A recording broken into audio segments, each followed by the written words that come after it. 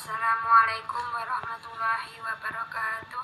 Perkenalkan, nama saya Mega Setiani.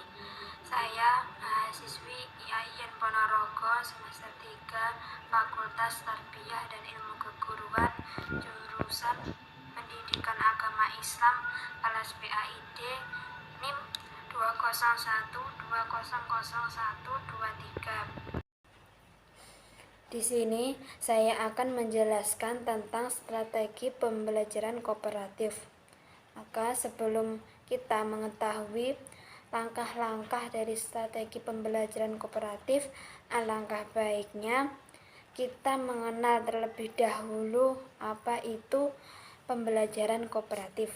Pembelajaran kooperatif atau cooperative learning secara etimologi mempunyai arti belajar bersama antara dua orang atau lebih.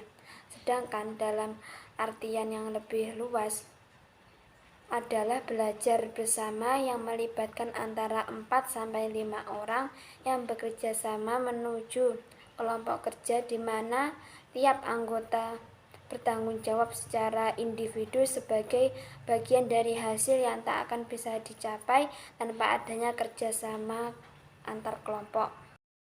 Adapun karakteristik dari strategi pembelajaran kooperatif meliputi 1.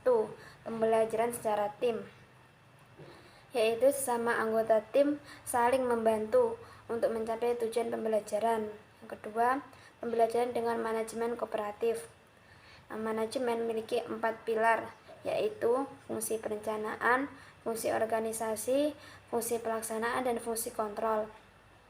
Yang ketiga, kemauan untuk bekerja sama. Dalam tim, bukan hanya ada pengaturan tugas dan tanggung jawab setiap anggota tim, melainkan juga harus ditanamkan dan ditumbuhkan kebersamaan dalam kelompok yang bisa diwujudkan dalam bentuk saling membantu, saling mengingatkan, dan sebagainya. Dan yang terakhir, keterampilan bekerja sama.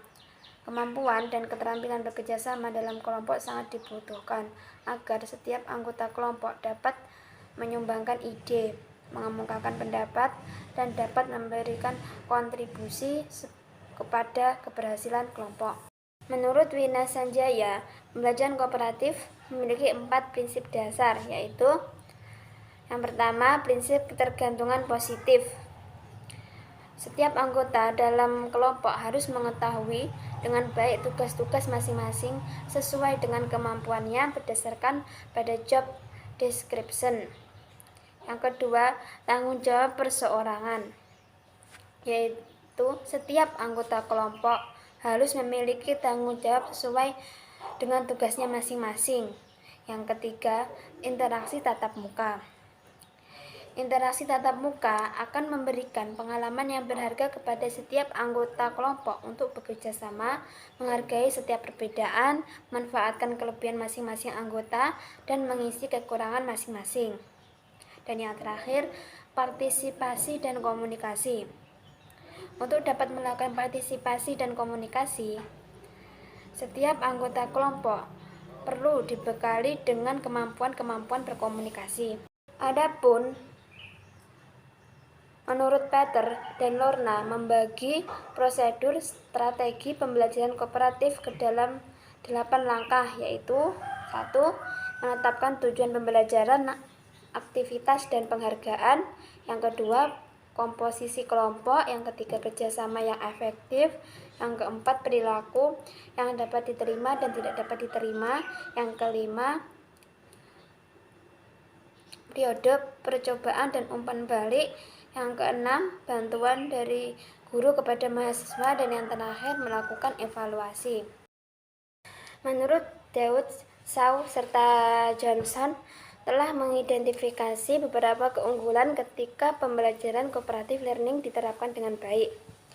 Yang pertama, peserta didik dalam kelompok kooperatif mampu bekerja sama untuk kebaikan kelompok secara keseluruhan ketimbang hanya untuk kebutuhan individu saja. Kedua, dapat didorong untuk membantu siswa yang mempunyai masalah dalam belajar atau membantu siswa yang cacat. Ketiga, memudahkan integrasi sosial dari kebutuhan khusus siswa.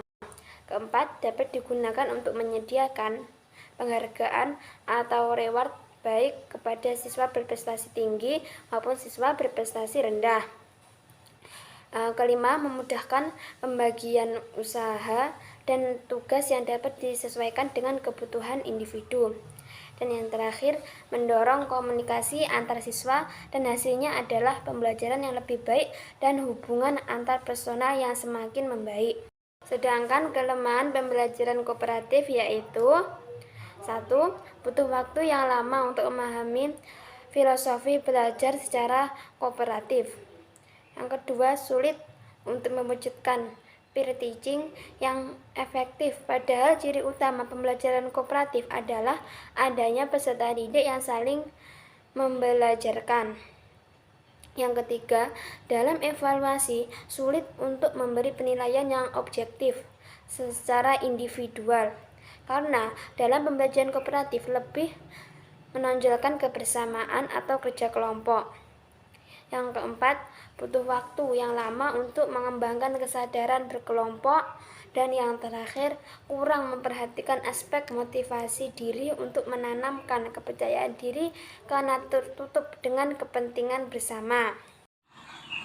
Demikian tadi penjelasan tentang strategi pembelajaran kooperatif. Ada kurang lebihnya, saya mohon maaf. Wassalamualaikum warahmatullahi wabarakatuh.